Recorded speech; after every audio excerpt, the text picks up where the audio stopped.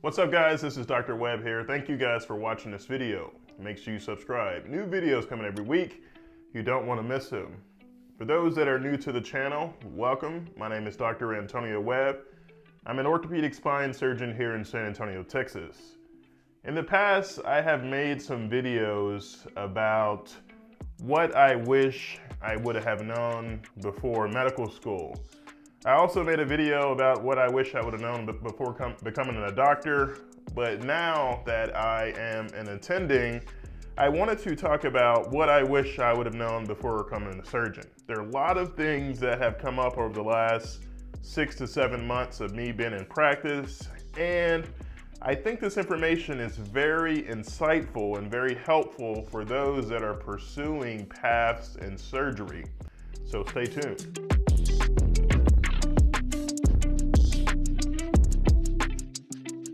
All right, so one of the biggest things that I wish I would have known before becoming a surgeon is the length of the training. And even though you hear it all the time, 14, 15 years to become a surgeon, if you're going into neurosurgery or if you do a general surgery residency and do a plastic surgery fellowship after that, you can be a PGY 11 or 12, which is crazy. One of my good friends, he was a PGY 11, did 5 years of general surgery. I think he did 1 to 2 years of research, and then he did 3 years of plastic surgery training. So that's a long time, but you really don't realize how long it is until you're kind of in the knee deep of it. You're kind of in the midst of it. When I was like a PGY 5, I was so done with training and ready to be done. I had already done 4 or 5 years of really busy and demanding, challenging surgery residency. And after a while of doing that for so many years, it does take a toll on you. It can take a toll on your relationships. You spend a lot of time at the hospital. Sometimes you'll spend more time at the hospital than you'll spend with your family. So unfortunately, it's a long, very long path to get to this point. And looking back, that's like almost half of my life that I've spent kind of training to kind of get to this point.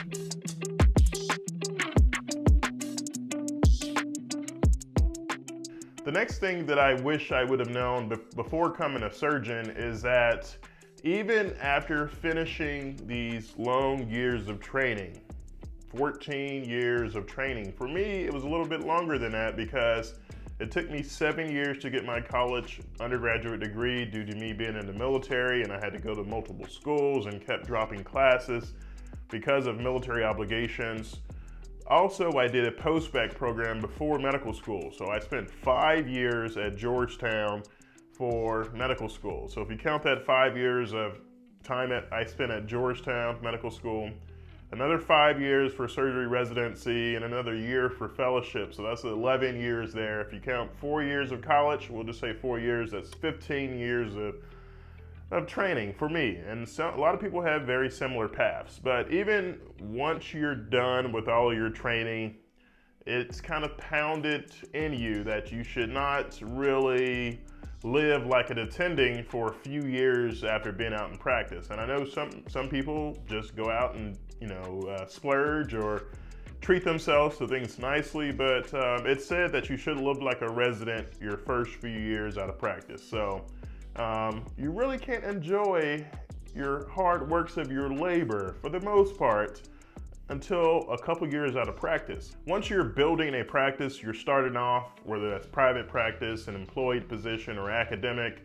it takes about 3 to 5 years to build up a fully functional practice. Let's imagine that you did 14 to 15 years of training to become a surgeon, another 3 to 5 years to build your practice, and during this time, you still have to take your oral boards, and depending on your specialty for orthopedic surgery, you have to take the second part of your board examinations to become board certified. And for us as orthopedic surgeons, it's an oral exam, which means they look at your surgeries, over a 6-month period, and they select about 12 cases, surgeries that you have done, and then they scrutinize that. They look at your imaging studies, they look at your notes before surgery, they look at your consent forms, which is the permission forms that patients sign before surgery. They look at your operative reports, they look at how you manage any complications, such as like if you had a small infection or a DVT, or a patient had a myocardial infarction while they were in the operating room. They look at all of that, and then you go to Chicago to present your surgeries in front of a board of orthopedic surgeons, and they can ask you any question about anything. So if you had a patient who had a disc herniation and you did a surgery and they had a little dural tear, which is a tear on the outer layer of the nerve root, they may ask you about the complications from that. How would you manage it? What does the research say? What could you have done differently?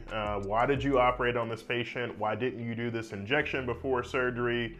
So that they can really kind of ask you anything. So right now I'm in my board collections, which means I'm collecting all of my cases, my surgeries that I'm doing over a 6-month period. And then next year, or about 18 months from now, I will be, and maybe about 2 years from now, I'll go to Chicago to present my cases and then hopefully become board certified. So that's the second part. The first part is the written exam. The second part is an oral exam where you have to go in front of a board of orthopedic surgeons to become officially board certified. So even though that I passed my part 1, if you haven't seen that video, I'll put it right here. I still have to pass part 2. Right now I'm considered board eligible. After I pass part 2, I'll become board certified. So even after going through all this training, you still have to go through this arduous process of training about reading. You have to know what the articles say and continuously learn and teach yourself so that you can pass your boards. And it takes 3 to 5 years to build your practice. And at the same time, you really are not really enjoying the fruits of your labors just yet, because if you're starting off in a group and you're what's called eat what you kill, it takes time to build money and to build your practice to generate income. Some places will give you what's called guaranteed income, which means you're given a set salary that's promised by a specific group that you're joining, or a hospital or some type of entity that will guarantee you a certain amount of money your first year or first 2 years out of practice, out of training. So, but you really can't enjoy your income for a few years. Technically, that's what it's said. That's what's kind of encouraged, your first few years out of practice.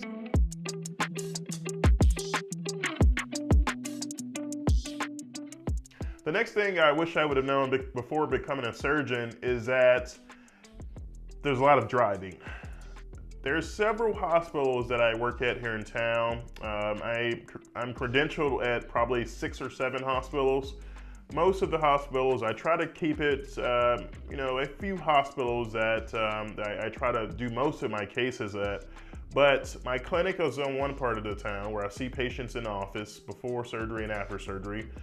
The hospital is on another part of town, and then there's another hospital in another part of town. So sometimes, like yesterday, I had clinic, which means I had to see patients in office. I had to go to 2 hospitals. So I drove 20 minutes to one, drove 15 minutes to another, and then drove to my office. So there's a lot of driving that takes place. And most of the surgeons that do this, they do it because availability, which means certain hospitals have times where you can do your surgeries. Other hospitals may be full already, which means their surgery schedules are already booked, so you can't really do it that day. Other times it depends on the patient's insurance. Like certain insurances I can't take to certain hospitals because that hospital doesn't take that patient's insurance. Other times it's because of the complexity of the case. So if I'm doing a really complex case that the patient will maybe require ICU stay, or they may need a cardiologist after surgery, or they may lose a lot of blood just because they have liver disease, things I have to think about before surgery. Well, I don't want to do that surgery at a small surgery center. I need to do it at a bigger hospital that has more support, more manpower, more resources. So With that being said, it does require a lot of driving. But some surgeons, they just work at one hospital, and their clinic is at that hospital. But in private practice, most people have multiple clinic locations, which means they have a clinic on the south side of town, the west side, the north side, the east side. So they may have 4 office locations, and they have surgeries at 3 different hospitals. So there's a lot of driving that goes on during the day, which I really didn't appreciate when I was like a med student. I just thought the surgeons just showed up to operate and it was all good. But now, that I'm in practice as a surgeon, this can be a nuisance. A lot of driving, which, has its pros and cons. You can get work done, in terms of phone calls that you can make, your Bluetooth, listen to podcasts and those things. So that's one of the things I really didn't appreciate when I was going through the years.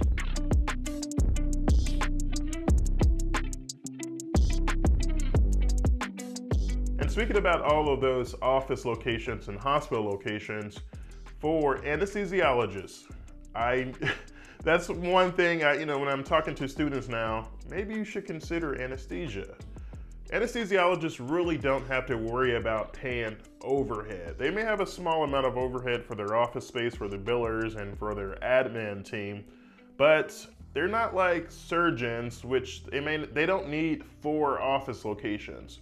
Each of those office locations you have to pay for, so you have to drive to these locations also, and you want to strategically put them in certain parts of town so that you can grow your practice. Well, anesthesiology, they don't have to do that. So that's one thing that, over the last few months, I'm like, maybe I should have considered anesthesia, just because I wouldn't have to worry about putting an office here, putting an office here, here. Some people have just one office, but most surgeons in private practice, they have 2, 3 office locations. Can be considered a downside of being a surgeon. As an anesthesiologist, even though you may have to travel from hospital to hospital, you don't have to worry about paying office locations or rents, leases for multiple office locations. You just show up to the hospital to work with the surgeon and get the case done. You don't have to worry about those things. So this is something that I'm just learning about over the last 6 or 7 months in practice.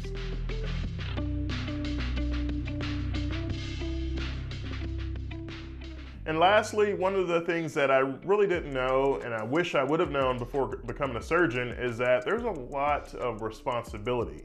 I knew that surgery can have some risks associated with it, complications that can arise, but I didn't really appreciate that anytime that I'm at home as a surgeon, anytime that I'm on vacation, anytime that I'm spending time with my family and just hanging out maybe at the beach or something like that, I can get a phone call from any of my patients saying that they have uncontrolled pain, they have an infection, they have a blood clot, they had chest pain, and I'm responsible for that patient. So if I'm out of town in Florida, a couple months ago, I was traveling, I believe I was somewhere, maybe in California, maybe not California, maybe it was Florida somewhere, but I got a phone call as soon as I landed. One of my patients that I did surgery on got admitted to the hospital. He had liver cirrhosis and came back with altered mental status. So, of course, the ER doctors, they tried to get a hold of me, they called me,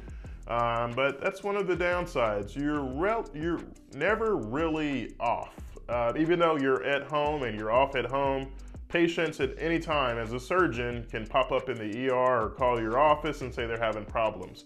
And there should be a system in place, and whether this is an on-call team or other groups of doctors that are in your practice, and that's really a good thing about having other doctors that are in your practice. They can help you when you're out of town and answer those phone calls for you.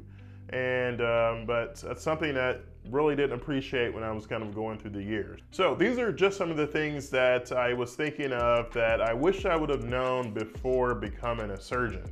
This is a very long path to get to this point. Don't get me wrong, I love what I do. It's very gratifying. The surgeries are so fun. I just did a surgery the other day, a decompression procedure where we removed the pressure off the nerves in the spinal cord, And throughout that procedure, it was so fun to me. And I walked out and like, man, that was fun. So, don't get me wrong, I love what I do, but at the same time, just like any other profession out there, there's some things some pros of it and some cons of it. And you have to figure out and make sure that whatever specialty that you go into, that the pros outweigh the cons. And for me, it was still surgery. Would I do it again? Absolutely. Would I consider anesthesia?